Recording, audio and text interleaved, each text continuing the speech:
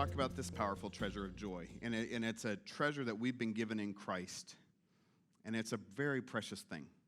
It's something that we have to cultivate and that we have to guard, sometimes that we have to choose, and that we also have to defend, and it's that gift of joy. How many of you have experienced joy, like enough to know that it is kind of different than happiness or like pleasure, right? And that's the difference, is like I can eat a taco and be happy, right? If I eat 5 tacos, that's joy.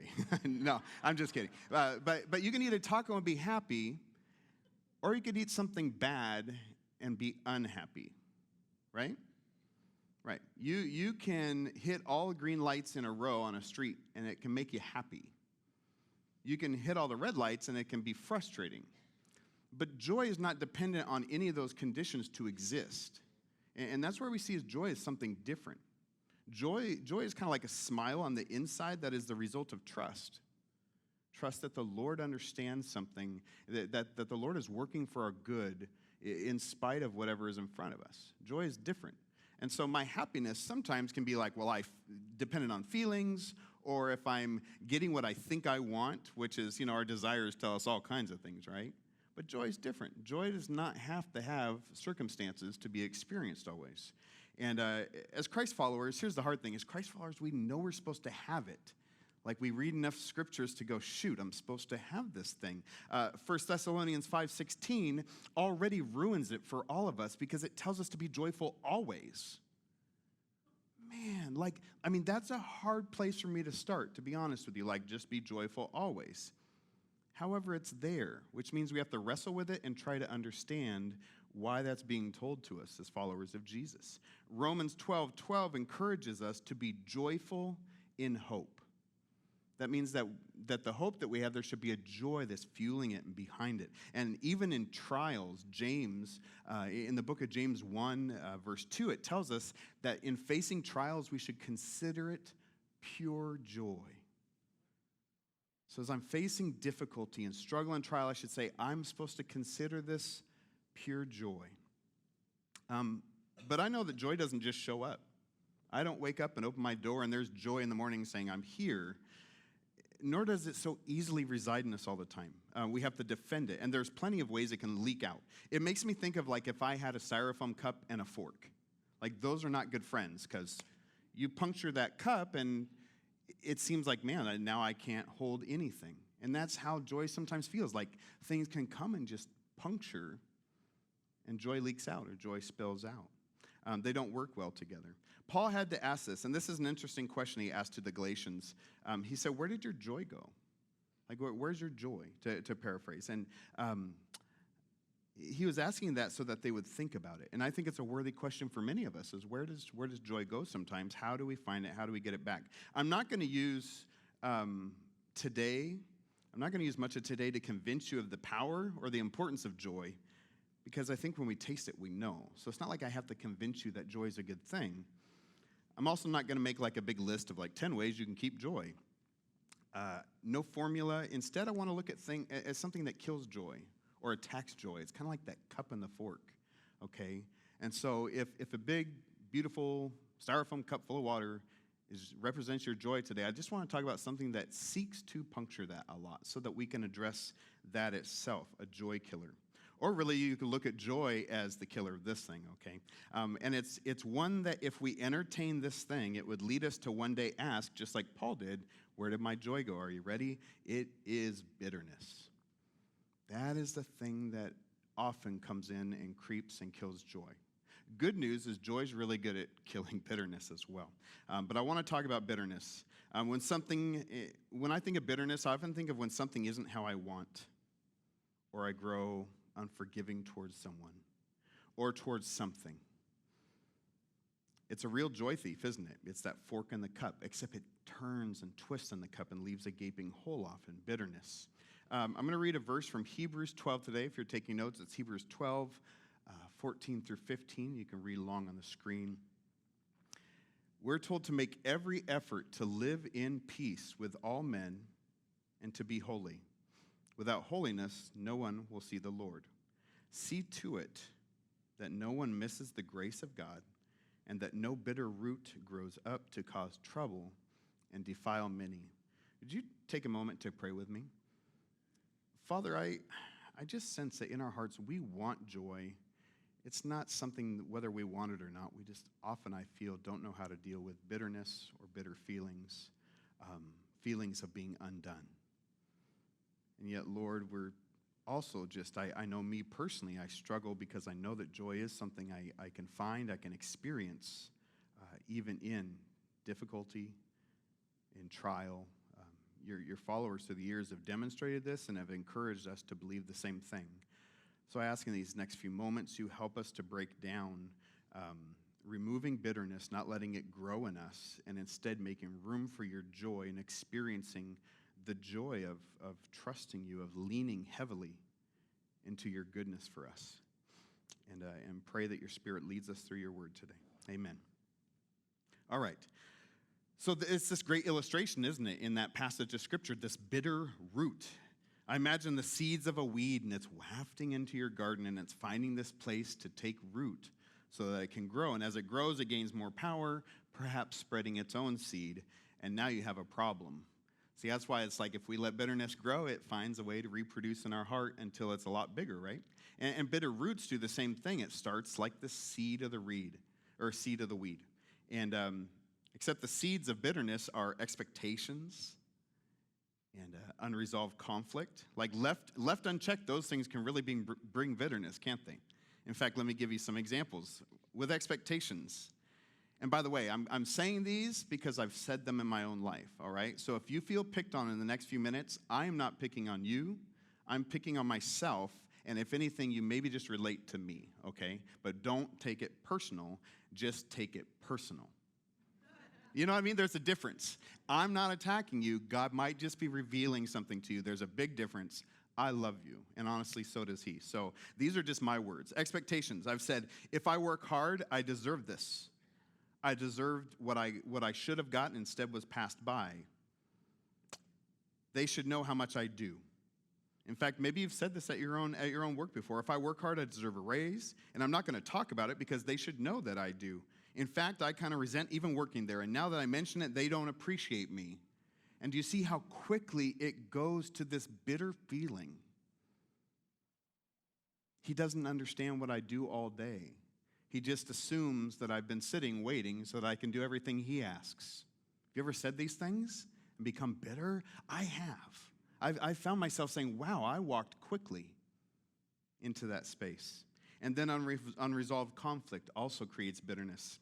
Here's my words again. I have a problem with somebody, but I'm not wanting to really try to deal with it. You know, this makes things in my life difficult, but I'm just going to move on. It keeps coming up in my mind, and whenever it does, I want to throw darts at their head, but I can just keep stuffing it down and not dealing with it. I notice that I keep pushing that person away, and as soon as I see that person, I only see them as a problem. In fact, now it's causing bitterness in me whenever I even think about them. Do you see how unresolved conflict, unresolved issues between friends or family can suddenly just let bitterness thrive? These are like greenhouses where bitterness is like, I've got a lot of room to grow in these things. And so, friends, I'm only telling you about my own cup that's been punctured so many times by not resolving things when I should have, or by having expectations that not meant cause me to be mad at God or mad at whoever. See how big a problem this is? How quickly it steals our joy? And pretty soon we're slaves to bitterness because we have all those cups, or all the holes in the cup, and it's really drafty, and it's really cold, and it's hard to hold joy. So let's talk about fighting bitterness. By the way, when I mention these, please don't think I am being trite because these answers sound trite. I'm not. It's just that often, even if something's hard, it's usually pretty simple in understanding. It's just that it's not always easy, okay? So please know, I am not making small anything you have to face to experience joy. Number one, you ready? Let stuff go. Let stuff go. Colossians 3:13 tells us to bear with each other and forgive whatever grievances you have against one another. Forgive as the Lord forgave you. I'll tell you a story. One day, these two monks, they're walking through the countryside, and They walk into a bar. No, I'm just kidding. But doesn't it sound like a joke? Like two monks walk into a bar. You think the second guy would have ducked when the first one hit it? All right. So anyway, two monks were walking through the countryside. They were on their way to another village to help bring in the crops. As they walked, they saw an old woman sitting at the edge of a river, and she was upset because there was no bridge and she could not get across safely on her own. The first monk kindly offered, "We'll carry you across the river if you would like." "Thank you," she said gratefully, accepting their help. So the two men joined hands, lifted her between them, and carried her across the river. When they got to the other side, they set her down, and she went on her way. After they had walked another mile or so, the second monk began to complain. "Look at my clothes," he said. "They're filthy from carrying that woman across the river, and my back still hurts from lifting her. I can feel it getting stiff." The first monk just smiled and nodded his head. A few more miles up the road, the second monk griped again, and then again, "My back's hurting me so badly, and it's all because we had to carry that silly woman across the river. I can't go any further because of the pain." The first monk looked down at his partner now lying on the ground moaning, and he said, "Have you wondered why I'm not complaining? Your back hurts because you're still carrying that woman, but I dropped her 5 miles ago." And that's what many of us are like in dealing with families, with the past. We're that second monk who cannot know how to let something go. We hold the pain of the past, sometimes over loved ones, heads like a club, or we remind them every once in a while when we want to get the upper hand that we're still carrying this burden because of something they did years ago. But friends, who's hurting in that situation? That woman's done walked on, and that all that guy can think about is that pain. So just some thoughts first. Have you let stuff go, or do you still hold the past over other people's heads, or even over your own head, which is what I've found I've done before? If you hold on to hurt really hardly, God can't heal it very well. And it's like this painful, you've had slivers, right? Who has had a metal sliver? Those stink. I thought slivers were bad until I had one of those. I had no clue. And it got in there, and it was annoying, and I couldn't get it out. And I thought, well, I'll just kind of leave it. Because if you leave a sliver alone, it's fine, right? Holy cow. I had no idea. And that thing hurt so bad, and I just kept thinking, the pain will go away. Well, it got worse, and it got to where anytime I put my finger on something, I would experience this jolt of this like little chunk of metal in there saying, "I'm not done. I've still got this. I've still got more fun for you." And what I found is no matter what, I had to get in there and get rid of it, okay? I had to get it out, okay? And I remember, gosh, when I was young, maybe I was just a wuss when I did not like slivers. Like, I could fall, roll through the woods, get smacked. One little sliver, I couldn't stand it. And any of you had to do this, like your mom or dad had to hold your hand while you're letting them get it out? And my hand's all doing this thing, and man, just trying to, and it's like, but if I don't submit my hand to my parent, that sliver is just going to keep causing trouble. And in the same way, friends, that is how letting something go works. It's like holding your hand up to the Father and saying, this thing's going to keep causing me grief unless I learn how to trust you to put it in your hands to let it go. And some people hold on to things because they think it's going to hurt that other person. And they find it doesn't cause their enemy or the person they're in conflict with any pain at all. In fact, it only hurts themselves. And all along, God is saying, like, my child, just let that go. Let that go. It's like, and this is actually true about rattlesnakes, sometimes if they're cornered and their tail gets moving and shaking, they get in a frenzy and they'll actually bite themselves. Like, they get confused and they get scared, and in that moment of like fear and being cornered, they'll bite themselves. And I think, man, I can relate to the animal kingdom in that sense. When I've harbored hate or resentment against others, it's like a biting of oneself, and you have to learn to let it go. We think that we're harming others in holding these things, but of course, it's just like that sliver. It's only hurting one person, the person that has not said, Father, get this thing out of my life. And Jesus, in his love, he offers us forgiveness, ready to blot out our past and ready to take pain and hold it in his hands and help us process it. Because sometimes slivers take a while to get out, and there's pain left over from where it came out.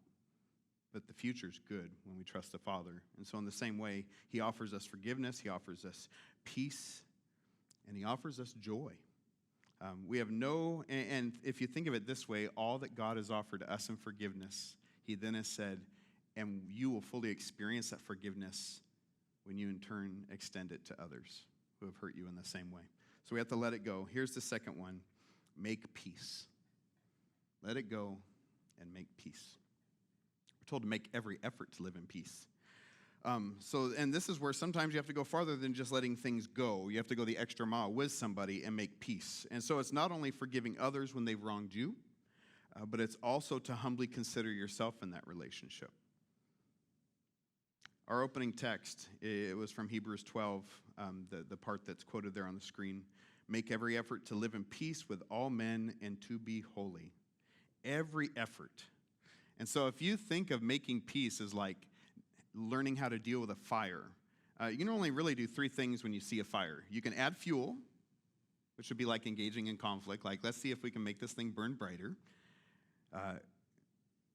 By the way, making a fire bigger is fun, but not always safe, right?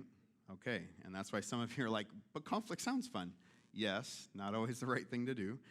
Add fuel, right? The second is ignore it, like, hey, maybe it'll just die down on it. Or find water, where we do what we can to put it out. But we have to do our part to make peace. It's up to us to do our part to see what we can do to be at peace with others. It can mean that we humble ourselves when we've been hurt and we forgive. It could mean that sometimes maybe we're misunderstood by somebody, and this happens a lot in life. But ultimately, resolved friendship can lead towards future understanding. I have friends that I understand better because we just decided that when we didn't understand each other, we're going to keep working to love each other and to know each other. So it means you move on. And it also means that even if someone has a problem with us, that we humbly go to try and work it out. Jesus said these words in Matthew 5:23 and 24. He said, if you're offering your gift at the altar, and there you remember that your brother has something against you, leave your gift there in front of the altar. First go and be reconciled to your brother, then come alter your gift. What a powerful thing that Jesus shows us is in the middle of giving him worship, if we know we're at odds with somebody, he said, I'm much more interested in you making that right than still singing me a song.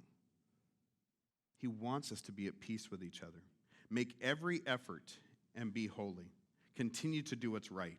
Talk well about others. In fact, Romans 12:18 also instructs us in the same way, saying, if it's possible, as long as it depends on you, be at peace with others.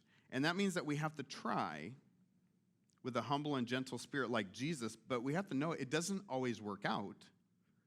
Because guess what? Sometimes people don't want to be at peace with you, even if you want to be at peace with them.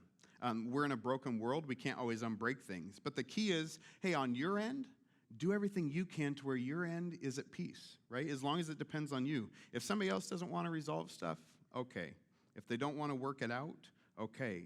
But if you've done your best, every effort, and if you have a godly attitude, like where it says to be holy and make every effort, then it might just not work out. So what do you do after that? Now you can talk bad about them. Now you can gossip, right? No. The big key is what you'll do now is that you've tried. You've done everything to make peace. Now continue to seek God. Don't let it develop a bitter root. Don't let the situation mean that you can treat them badly now. Pray for the person and then keep an open door. Maybe something will change. But above all, look for the joy. There's great joy in letting things go and making peace with others. In fact, Nehemiah 8:10 says this, this powerful little word, the joy of the Lord is my strength. The joy of the Lord is my strength. I know that joy is a rejuvenating, powerful feeling. In fact, I almost feel like we just, like in this room, you can sense it, like we want joy so bad this morning. It's so unlike the draining power of bitterness. Nobody says, like, I want to be bitter today. No. Man, we want that joy to do something in us. And so maybe the answer to where my joy go is I got bitter. And it might just be that today you say, Lord, it's been really hard to let this thing go. And my prayer is, can you take it away? Can you deal with whatever the it is that you're all thinking about right now? Because at the end of the day, what I'm scared of is that if I'm not careful, I will let my situations tell me every day if I can experience joy, instead of looking to Jesus to reveal joy in my heart. See, some of you are facing stuff that's tempted to rob you of your joy. And putting your situation in charge of you, think about this. Putting your situation in charge of whether you will have joy is like putting a thief in charge of your home safe. It's just, your situation will always rob your joy if that's where the only place you can find joy. We've got to find a different way to experience it. And that's because situations will always hurt. Something will always come and bring pain, and in the midst of pain, we decide, I'm not going to let a thief guard my safe. I'm not going to let my situation tell me if I'll have joy today. I will let Christ bring joy and reveal joy in my heart.